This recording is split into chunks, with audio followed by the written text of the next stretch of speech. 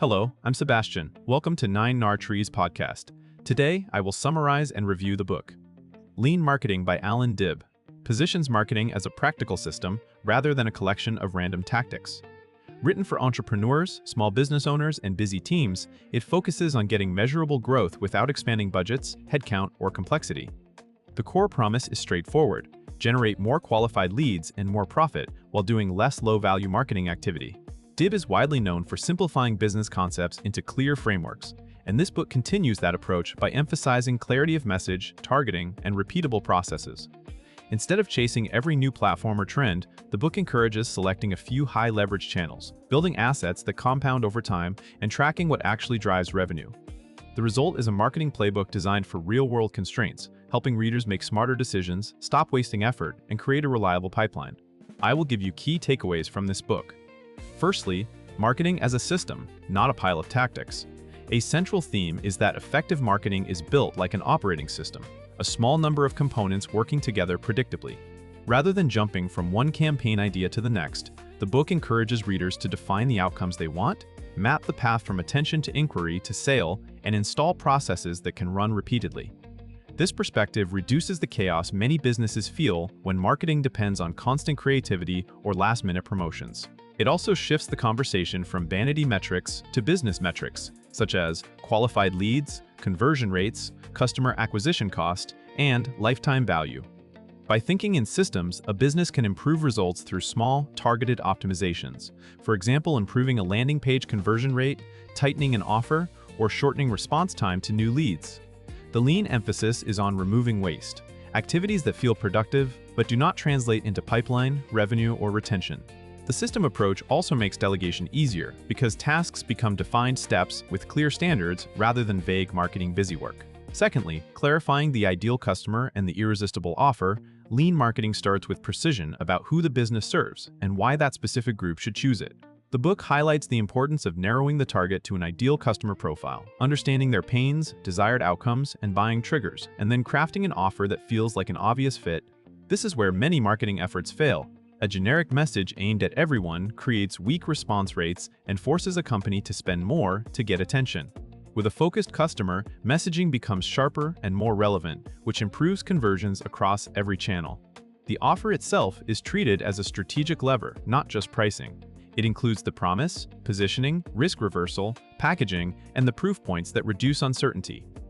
The lean approach encourages testing and iteration, finding the simplest version of an offer that sells, then improving it based on real feedback. When the customer definition and offer are clear, marketing becomes easier and cheaper because the market does more of the filtering for you. Thirdly, building a simple funnel that turns attention into leads. A practical takeaway is the need for a straightforward path that captures interest and converts it into a lead you can follow up with. Instead of complicated multi-stage funnels, the emphasis is on a minimal, high-performing structure, a clear message, a focused call to action, and a way to capture contact details so the relationship can continue. The book pushes readers to think about the moments where prospects drop off and to remove friction, for example, confusing pages, slow follow-up, unclear next steps, or an overwhelming set of choices. It also frames lead generation as a mix of trust and timing.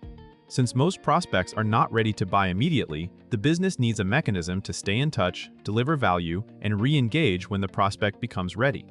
A lean funnel is measurable, so you can see where the bottlenecks are and fix them. When the funnel is working, the business gains predictability, a clear idea of how many visitors, inquiries, and conversations are needed to hit revenue targets. Fourthly, choosing fewer channels and making them compound. Rather than trying to be everywhere, the book advocates selecting a small set of channels that match the audience and the offer, then doing them consistently. This helps avoid the common trap of spreading effort thin across social platforms, ads, content, events, and partnerships without mastering any of them. A lean approach evaluates channels by fit, cost, speed to feedback, and ability to scale. The goal is to build marketing assets that continue to deliver results over time, such as a strong referral engine, evergreen content that ranks, a well-managed email list, or partnerships that repeatedly introduce qualified prospects.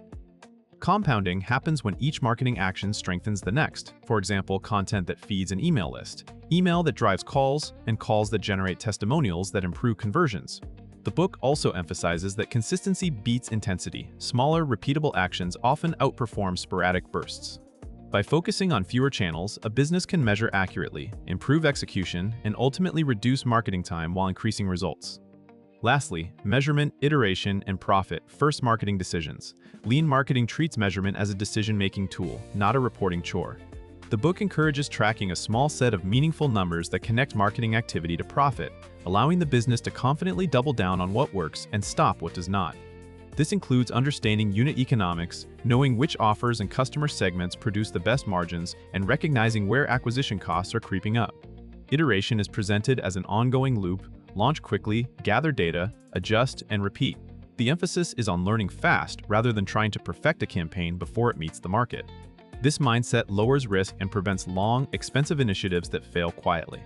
The profit focus also encourages prioritizing improvements that unlock the biggest gains, such as raising average order value, improving close rates, increasing retention, or reducing churn. Over time, this creates a marketing approach that is calmer and more predictable, where growth comes from disciplined choices instead of constant reinvention. In conclusion, this book is best suited for entrepreneurs, freelancers, consultants, agency owners, and small to mid-sized teams who need marketing to drive revenue but cannot afford endless experimentation or complicated strategies. Readers benefit because the lean approach replaces guesswork with a simpler system: define the right customer, craft an offer that converts, build a clear lead path, focus on a few channels, and measure what impacts profit.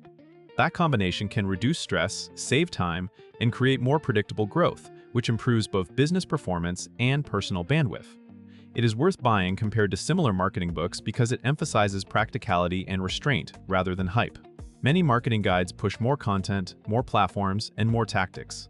Lean marketing centers on removing waste and building assets that compound, making it a strong choice for people who want results without turning marketing into a full-time distraction. If you would like to support Allan Dib, you can buy the book through the Amazon link I provided in the podcast description. After reading the book, please let me know what you think and share your thoughts. See you around.